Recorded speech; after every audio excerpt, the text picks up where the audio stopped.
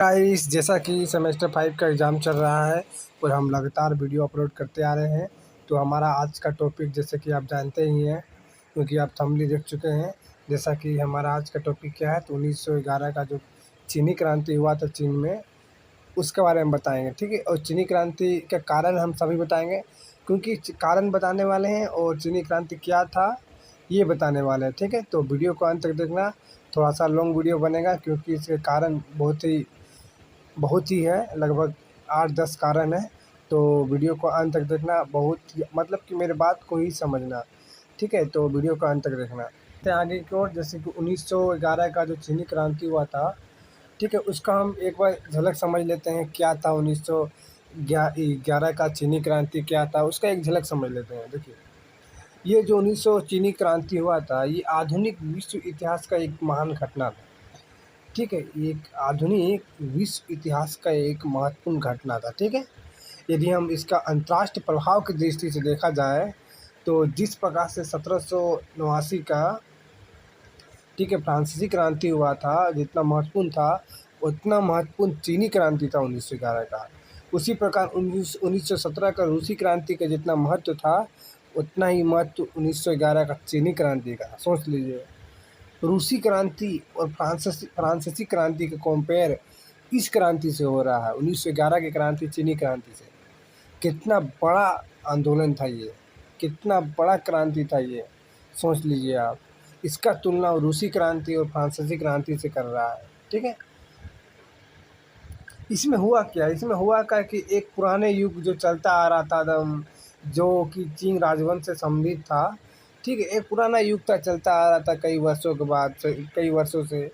लेकिन क्या हुआ कि जो एक निर्गुण शासन था, चलता आ रहा था, वो अंत हो गया उसका, ठीक है। क्रांति होता ही क्यों है, कोई युग का अंत करने के लिए, ठीक है। हुआ इसका एक एक अंत हो गया निर्गुण शासन का। उसका जगह में आपका जाके गणतंत्रात्मक सरकार की स्थापना हो गया। निर्गुण शासन खत्म हो गया। निर्गुण शासन में किसका शासन था, राजवंश था, तो चिंग राजवंश था, वो खत्म हो गया, ठीक है। चिंग राजवंश था, खत्म हो गया, एक गणतंत्रात्मक सरकार की गठन हो गया, ठीक है। यदि बात किया जाए इस मतलब क्रांति का अन्य नाम, तो सिन्हाई क्रांति हुआ, हिंसन हाई क्रांति हुआ, ये क्रांति का नाम है। आप क्वेश्चन इधर पूछ सकता है कि हिंसन हाई क्रांति को और किस नाम से जाना जाता है, 1911 का चीनी क्रांति। उसी प्रकार सिन्हाई क्रांति को और किस नाम से जाना जाता है, तो 1911 की चीनी क्रांति, ठीक है। तो अब चलिए बढ़ते हैं इसके क्रांति के कारण की ओर, ठीक है। जो कि बहुत 11 का जो चीनी क्रांति हुआ था, उसका क्या क्या कारण था, ठीक है, ये सब उसका कारण था, ठीक है। अब समझिए, जैसे कि पहला मतलब कि कारण समझ लीजिए चीनी क्रांति का।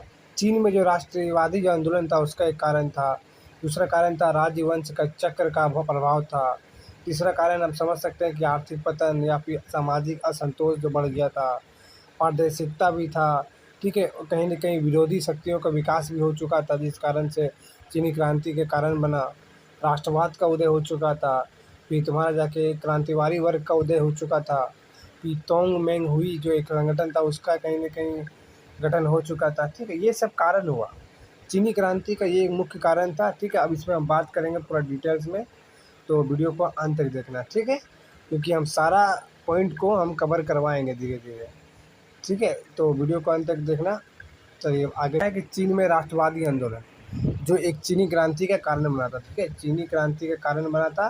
पहला क्रांति कारण मतलब क्या था, चीन में राष्ट्रवादी आंदोलन कहीं न कहीं चीनी क्रांति को बढ़ावा दिया।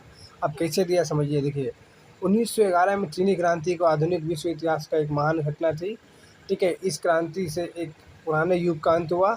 इसने हमेशा के लिए निर्गुण शासन सदियों पुराने जो राजवंश चक्र का समाप्त कर दिया गया और उसके स्थान पर गणतंत्रात्मक सरकार की स्थापना किया गया, ठीक है। जो पहले से निर्गुण शासन चलता आ रहा था सदियों पुराना, वो समाप्त हो गया, उसके जगह पे गणतंत्रात्मक शासन सरकार आ गया। परंतु साथ ही ये क्रांति चीनी जनता के लिए हर प्रकार के अगणित दुख और मुसीबतें भी लेकर आई, ठीक है। तो कहने का तात्पर्य है कि जो ये क्रांति आया, वो क्रांति तो एक कहीं न कहीं विकास भी लाया, कहीं न कहीं पॉजिटिव भी था, लेकिन कहीं न कहीं एक नेगेटिव थॉट भी था, कहीं न कहीं मुसीबतों को लेकर आया। उस मतलब इसके बाद क्या हुआ कि जो बौद्ध सातमत जैसे कि सामंतवाद हुआ, ठीक है, बौद्ध सामंतवाद के रूप में अराजकतावाद का जन्म दिया, ठीक है। राक्षावाक का जन्म दिया। अब देखिए ठीक है, ये एक चीनी क्रांति के कारण था। 19वीं शताब्दी में उत्तान में मंचू राजवंश का पतन स्पष्ट दृष्टिकोट होने लगा था। मतलब कि 19वीं शताब्दी में जो जो मंचू राजवंश वंश था, उसका पतन कहीं न कहीं धीरे-धीरे सब लोगों को पता चल रहा है। सब लोगों को पता चल रहा था कि हाँ, इस वंश का पतन हो रहा है, ठीक है। इस काल तक आते-आते उसकी स्थिति बूढ़े एवं बीमार व्यक्ति की तरह हो गया। एक बूढ़ा बीमार व्यक्ति की तरह हो गया इस वंश का स्थिति, जो अपने जीवन के अंतिम काल में अपने शेषगर्म शरीर की किसी तरह घसीट घसीट के चल रहा था। मतलब चल रहा था ये वंश, थोड़ा मोड़ा एकदम घसीट के थोड़ा मोड़ा चल रहा था। मंचू वंश ठीक है, अपनाए गए सुधारवादी मार्ग से कुछ खास उपलब्धियां नहीं हो सकी, ठीक है। स्थिति संकट की सीमा को लांघ चुकी थी। इस वंश में इतनी स्थिति हो गई थी कि अपनी सीमा को लांघ चुकी थी, ठीक है।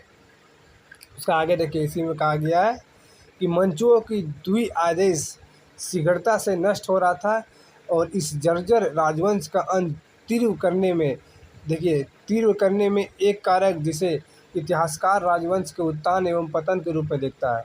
मतलब कि इसका जो तीव्र जो अंत हुआ, वो तीव्र करने में एक कारण बहुत महत्वपूर्ण था, ठीक है। कहीं ना कहीं उसके वही कारण उसके उत्थान और पतन में भी देखा जाता है। वो क्या था? राजवंश। जो वंश चला आ रहा था वही उसका उत्थान भी था, और कहीं न कहीं आखिर में वही वंश उसका पतन का भी कारण बना। जैसे अभी देखिए, जैसे कि गांधी परिवार, कहीं न कहीं लोगों के मन में बैठा है कि गांधी परिवार बहुत चलता आ रहा था, अब गांधी हटाओ, ठीक है। तो उसी प्रकार अब लोगों को मन में भय हो गया, तो ये मंचू राजवंश को हटाओ यार, बहुत दिन से हो गया, ठीक है। यही राजवंश चक्र किसी समय ये मंचुओं को उनकी ख्याति उच्चतम शिखर तक पहुंचाया था। अब वो तीव्रता से उन्हें उसके पतन की चरम अवस्था तक खींच रहा था, ठीक है। और देखिए इसी टाइम क्या हुआ कि इसी टाइम 20वीं शताब्दी के प्रारंभ तक सरकारी तंत्र हर संभव तरीके से भ्रष्ट हो चुका था। और जितने भी सरकारी तंत्र था इस टाइम, ठीक है, चीनी क्रांति के समय ही भ्रष्ट हो चुका था, ठीक है, भ्रष्ट हो चुका था। तो इसी टाइम क्या हुआ कि अकाल, सूखा, बाढ़, घोर गरीबी, अभाव, भुखमरी आदि के कारण कई विद्रोह अनेक गुप्त संस्थाओं का निर्माण के लिए उत्तरदायी था, ठीक है।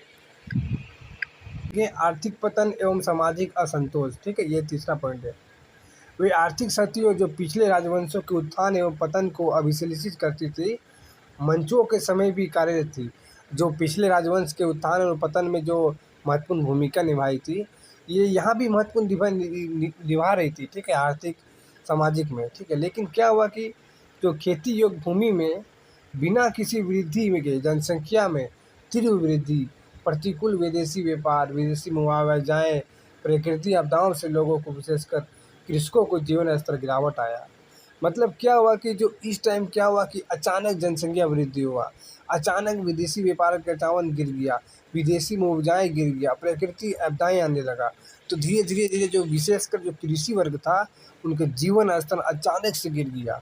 परिणाम स्वरूप क्या हुआ कि छोटे-छोटे विद्रोह होने लगे, जिन्होंने आर्थिक स्थिति को और भी बिगाड़ दिया। अब जहाँ-तहाँ विद्रोह हो गया। अब किसान कृषक लोग, कृषक वर्ग मतलब कि लोन नहीं चुका रहे थे, पैसा नहीं दे रहे थे, कहीं मतलब अत्याचार हो रहा था, कहीं विद्रोह, छोटे-मोटे विद्रोह हो रहे थे।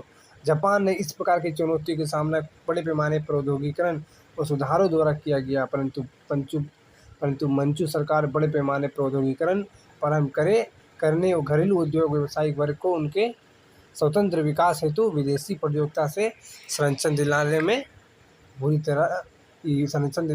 तरह सफल हुआ, ठीक है। उसे विदेशी प्रतियोगिता में संरक्षण दिलाने में बुरी तरह से असफलता हुआ, जिसके कारण से लोग और भी भड़क गए।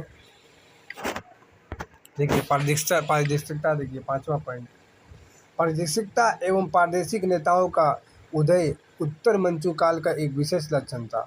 जैसे कि जेक कोफान, जाओ जोंगथांग, ली हुंचांग, ठीक है, चोंग चतुर्थ जैसे पारदर्शिक हस्तियों का भिन्न प्रांतों में उदय हो चुका था। मतलब क्या हुआ कि जो अलग अलग प्रांत में इन मतलब शासकों का उदय हो चुका था, कहीं न कहीं राजा के लिए खतरा था, ठीक है। प्रांत, देखिए प्रांत राज्य के अंदर, जो प्रांत था वो राज्य के अंदर था, अब राज्य बन गया, समझे। प्रांत जो था वो राज्य के अंदर था, लेकिन क्या हुआ कि प्रांत ही राज हो गया, और राज्य तो अलग है लेकिन प्रांत ही राज हो गया। ऐसा विशेष तौर पर शक्तिशाली प्रांत शासकों द्वारा ताइपिंग विद्रोह के दमन के पश्चात किया गया। अब मंचू शक्तिशाली चीनी अधिकारियों को एक दूसरे से विरुद्ध लड़की शासन में अपने बनाए रखता था। अब जो प्रांत था वो अलग लड़ाई कर रहा है, और जो राज्य था वो अलग कर रहा है। दोनों मिल के आपस में ही लड़ रहा है, प्रांत और राज्य। ठीक है, अब नेक्स्ट देखिए क्या कारण था। नेक्स्ट कारण है चीन में अब बुर्जुआ वर्ग का उदय की ओर था। ठीक है, 20वीं शताब्दी के प्रारंभिक में दशकों में युवकों को सैनिक जीवन हेतु उत्साहित किया जा रहा था। ठीक है, जो उत्साहित सैनिकों को उत्साहित कर रहा था। ग्रामीण प्रबुद्ध वर्ग जैसे शक्ति क्षेत्रीकरण से मुख्यतः रूप से लाभ मिला था। जो ग्रामीण ग्रामीण प्रभुत्व वर्ग था, अब हर कीमत पर हितों की सुरक्षा हेतु उत्सुक था। विदेशी शक्तियों का अधीन समाजवाद का फैल जाने से उन्हें अपनी आर्थिक हितों के लिए खतरा समझा रहा था। ठीक है, कहीं न कहीं ये विरोधी शक्तियों का विकास भी कहीं न कहीं गलत साबित हुआ। नेक्स्ट पॉइंट देखिए इसका नेक्स्ट पॉइंट है राष्ट्रवाद। नेक्स्ट पॉइंट क्या है? राष्ट्रवाद। देखिए, वीपी दत्त के विचार में राष्ट्रवाद वस्तुतः पश्चिम का प्रभाव था, जिसने चीनवासियों को ठीक है राष्ट्रीयता को बढ़ावा दिया। ठीक है, चीनवासियों को राष्ट्रीयता को बढ़ावा दिया। चीन पर पश्चिमी राजनीतिक दर्शन का प्रभाव था। ठीक है, चीन पर पश्चिमी राजनीतिक दर्शन का प्रभाव था। ठीक है, व्यवहारतः समस्त चीनी क्रांतियों नेताओं ने विदेशों में अध्ययन किया था। जितने भी नेता थे चीनी क्रांति के तो विदेशों में अध्ययन किया था, तथा बाइबल व स्प्रिंट ऑफ लॉज हुआ, सामाजिक अनुबंध का सिद्धांत हुआ, दास कैपिटल वजह से कृतियों को क्रांतिकारी अवधारणाओं से प्रेरित था। सोच लीजिए, ये सब बाइबल से पढ़ कर आया था। ये चीनी क्रांति सब दास कैपिटल पढ़ कर आया था, स्पिरिट ऑफ द लॉज पढ़ कर आया था। सोच लीजिए, इतने बड़े बड़े कृतियाँ पढ़ के आए थे, जिसके कारण से इसे और भी सहायता पहुँचाया। ठीक है।